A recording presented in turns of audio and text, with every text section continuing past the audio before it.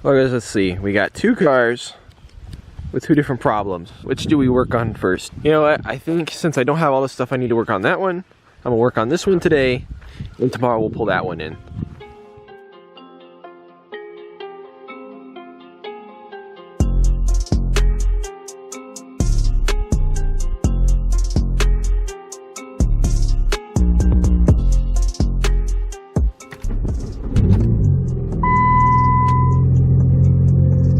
Car is really filthy dirty. That's another thing that we need to take care of today if we can. But something else that we need to hopefully take care of is our engine light here. That is for the oxygen sensor heater. You guys remember from the last episode, we actually had an issue with that after we fixed our one ground strap that was having issues. I'll link that video up in the corner in case you didn't see it. Be sure to go check it out. It was a fun one. But we're gonna get that taken care of and check over our wiring. We're also going to redo the ground strap over on this side of the car. Definitely need to figure that out first today.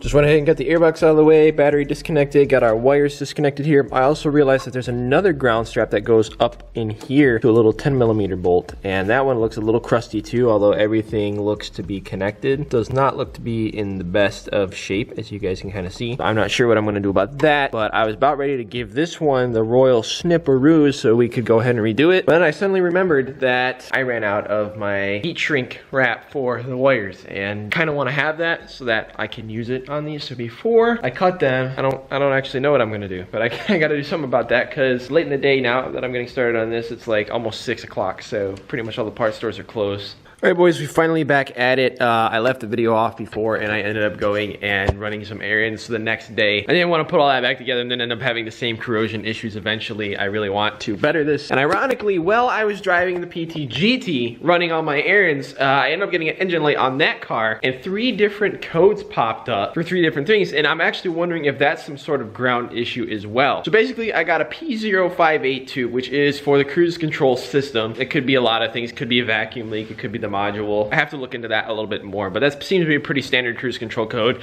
My cruise control only works like half the time in that car, and I think there's just something wrong. It could be one of the vacuum lines or something, or because we do have a boost leak, vacuum leak, it could be causing a little bit, just enough of a leak right now that it's causing an issue, but we'll be fixing that probably this next week. You guys are gonna have to stay tuned for that video because it's gonna be awesome. But I got a P0517 as well, which is high voltage reading from the battery temperature sensor circuit. Now, I didn't know this was a thing, but it makes sense now. Essentially, the battery temperature sensor on these cars is like below the battery on the little plastic tray, and I actually have not had mine hooked up in that car for a while. I have the battery tray right here, actually, for the PT GT, because the battery that's in that car that has been in it for a very, very long time would not fit in that tray. It's too big, so I have it rigged up a different way, and I probably before spring I'll be getting a new battery for that car anyways, because the one that's in it has been in it for a long time, and I want something that'll fit in there a little bit better, so I think it's just time to get a new one to play it safe. I'm pretty sure this is the battery temperature sensor. This goes down in that plastic tray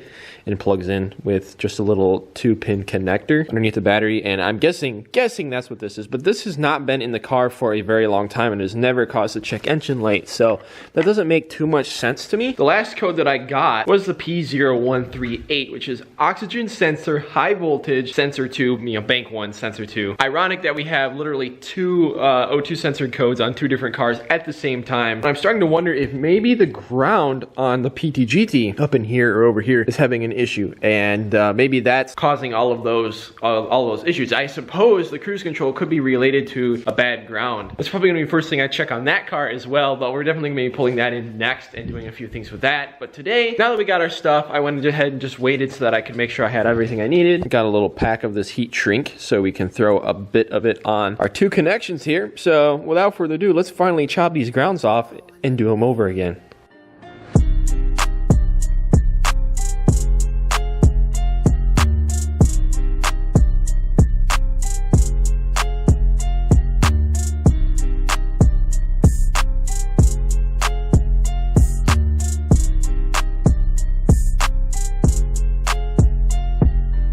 Went in through the other ground together, got that all completed, and just threw everything back together, threw the wires back onto their proper bolts. Also found a bunch of debris like way down in here on top of the transmission. So I went ahead and got the shop back out and cleaned that all out too while I was at it. Got everything cleaned up and ready to go. So I just got to throw the airbox in and we can start this thing up and see if we notice any changes. Probably not, but this was mostly kind of preventative maintenance because the grounds were starting to come apart there. And actually, if you guys look, this was the one ground wire that we were initially a little bit concerned about. And you can see here, a couple of the ground wires had indeed completely separated from the strap. So, you know, even though I have no clue what those went to, what problems they could have caused, they were definitely not doing anything. And a couple of them were barely holding on by a thread. So this ground was indeed complete trash, and I'm glad we finally got that done. I'm just kind of curious to see if that made any difference. A couple minutes later, all that's reconnected. I'm also kind of hoping that my wipers start working like they should because of these grounds.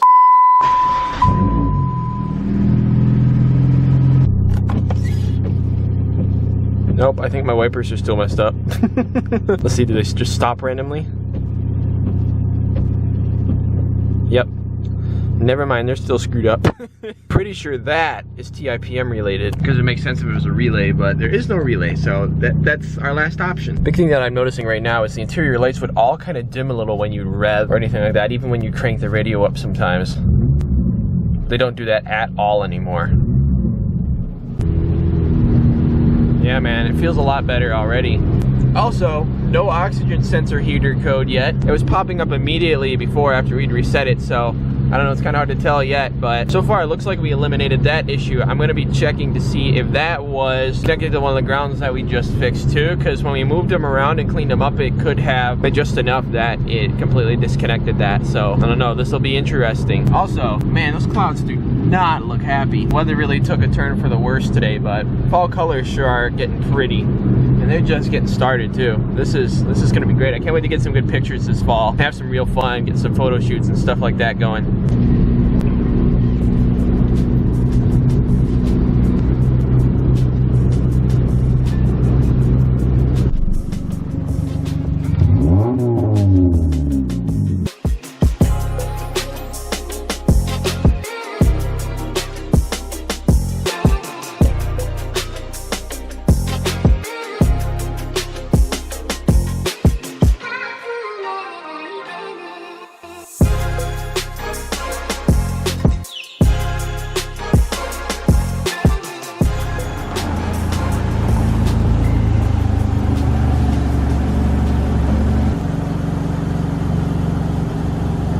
Real quick, before I even got started on this car, I wanted to verify our codes and everything, so I got my little top-down scanner out because I couldn't find my Autel one. This one is really good though. I highly recommend it for if you just need a cheap little one to keep around. I went ahead and plugged it in and I checked, and the only code I was seeing was the oxygen sensor code. But when I did the key cycle trick, all three of the codes were still showing up. So those other two must be like very manufacturer specific codes, which is kind of interesting. It's funny because those kind of codes will not show up on a, you know, generic code reader like that. Nevertheless, of course, the first thing I'm gonna do is go ahead and get under the hood and take a look at our grounds and see what kind of condition they're in, because I can't remember if I replaced any on this or if I dealt with them at all ever or what, but that could very well be our issue. Oh man, I miss working under this engine bay. And as to be expected, this one looks pretty bad. It looks like there's some separation going on for sure, and it's really corroded. The ones over here don't look too bad, although they definitely have seen better days. I don't notice any particular separation, so I should probably just tear off the band-aid and start working on them. I thought for sure that I messed with the grounds on this car before, because I've been aware of the fact that they can be an issue and that they're a well-known spot for corrosion on these cars, and a lot of people have issues with electrical stuff because of them. I've known it for a very, very long time, so I thought for sure I did something about it, but apparently I didn't, because I'm kind of slow like that. But it's just ironic that we had check engine lights pop on like literally at the same time with both of those cars, and it looks like it could be related. But before I go ahead and dive into the ground wires just yet, I am gonna go ahead and jack the car up. I am still running water in our cooling system, and I'm gonna be draining that out for some actual HOTE stuff, which I have. I need to mix up still, but I'm just gonna go ahead and get that drained out. I'm also gonna look everything over up under there, make sure the oxygen sensor's in decent shape, nothing, you know, obvious happened up underneath the car before I go ahead and knock into this. I don't know if I've mentioned it yet in the video, but I have not inspected like any of my cars this year. New York actually extended inspections and everything. They said until further notice, so like there was no need to get any car inspected this whole summer because they weren't enforcing it. And same with, I guess, registration stickers too. They were gonna be like lenient on them. You still had to get your car registered like online and stuff, but they weren't like really enforcing like if your sticker was overdue and stuff like that. Whereas before they would have been crawling up my butt about either one of those things. As you can see here, this one ran up in May of 2020 and I am not worried about it so far. Also, the dailies ran up in August and I believe the Durango ran up in May or June as well. So apparently they just announced that they're going to be ending the extension beginning in November here. So I definitely have to get them done. I have like a week or two before that's gonna end. So I gotta get this thing and the daily for sure in for inspection and the Durango ASAP after that. That's not as big of a priority because it's not driven a ton right now. Big thing with this car though is making sure we don't have any check engine light and also the brakes. If you guys remember previously, the shop that I took it to, they said that the brakes were looking a little bit rough and that they probably weren't inspection passing worthy. I don't really know why they wouldn't pass inspection other than the fact that the backs of them have like apparently a rust line and are pretty worn, the backs of the rotors. And those were really cheap rotors I got on like JC Whitney for like 20 bucks a long time ago back when I was in college. So, you know, as to be expected, I've wanted to upgrade the braking system on this car. So that's what I'm going to be doing here this next week and then bringing this car in to get that done. I also got new tires on it on the front too, as you guys know. So it should have no problems making it through the usual inspection. I also haven't installed our downpipe yet. I wasn't supposed to say that, but you guys got a lot to look forward to on this car is all I can say. Gave the O2 sensor wire a good inspection. The connector seems just fine. You can see the connector right there. The wire runs up above the power steering rack there. Other than the fact that it's not clipped in where it should be, the wire is just like loose hanging here. I think it's good. I traced the wire up with my little like scope camera thing here. You can see like the camera is on the end of the wire and you can snake it up in places where you can't normally see. I snaked it up in there and kind of followed the wire up and I did not see anything. It just ran right into the harness like it should and the insulation's all intact. So I don't think there's anything downstream here that's wrong, unless it's the sensor itself that's just going bad, which is highly possible, but it does seem to go up to the driver's side of the car, which means that it's probably connected to the ground on that side. That would make sense between that and the fact that when we fixed the ground on that side of the car on the daily cruiser, it took care of our sensor heater code. So that would make a lot of sense if it was connected to that ground strap. Only fluid that's leaking a tiny bit is power steering fluid, which isn't too bad. I think the main leak, you can kind of see over here, everything's a little bit wet. Sway bar is a little bit wet. And I think it might be either the sensor on the power steering rack, which you can kind of see there, it's like that tannish gray plastic, or it's that one line there. So I might have to think about trying to find a new sensor for it or something and throwing it in or doing that just to rule it out. Also guys, just so you can see for yourself, yeah, that's why the brakes are bad. The backs of the rotors look pretty disgusting. I need to put some good stuff on this thing once and for all because yeah, it just needs to happen.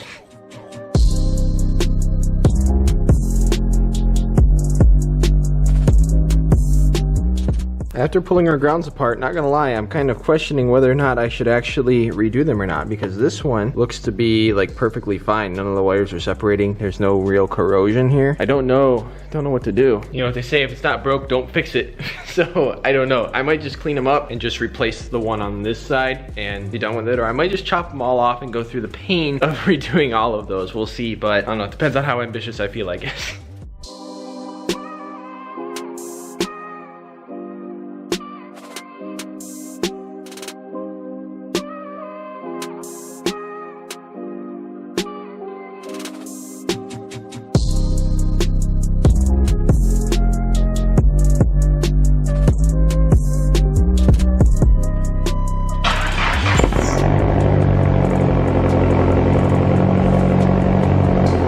Decide to give it one last flush before we go ahead and put Zerex back in it, and that's about it with this car. I don't really know what else to say. We got the grounds cleaned up and everything, so now I don't have to worry about that. Also, now that we have the battery out of the car and plugged it back in, all of our monitors have been reset, so I'm gonna have to wait and see. I'm gonna have to drive this thing for the next day or two and see what happens, make sure no more lights come on or anything like that. But so far, I think we're pretty much done with this car, and hopefully, as long as we get those new brakes put on it this next week, I got some really nice brakes that I'm gonna be putting on, and we'll take you guys along for a little video on that. Because I know a lot of you guys have been picking on me and been telling me that I need to upgrade the brakes on this for a long time. We're finally gonna do that, but make a video on that, and once that's done, it should be perfectly fine with passing inspection.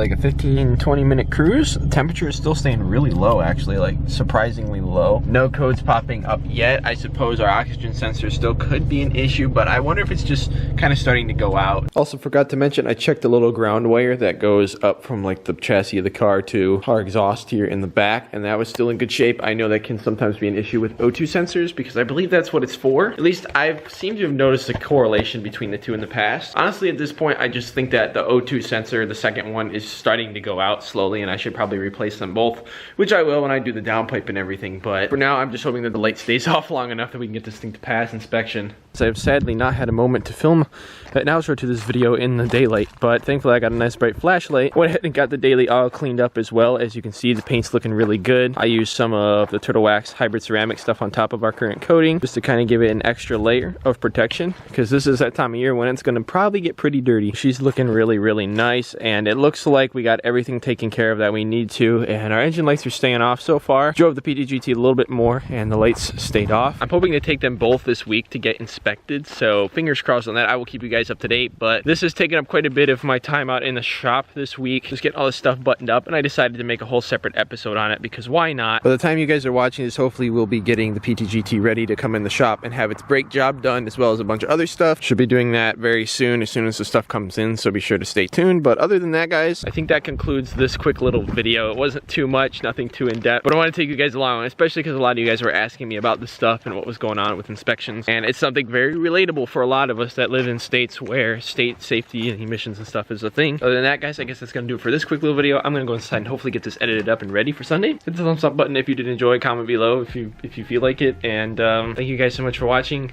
God bless, and I will see you in the next one. Peace out.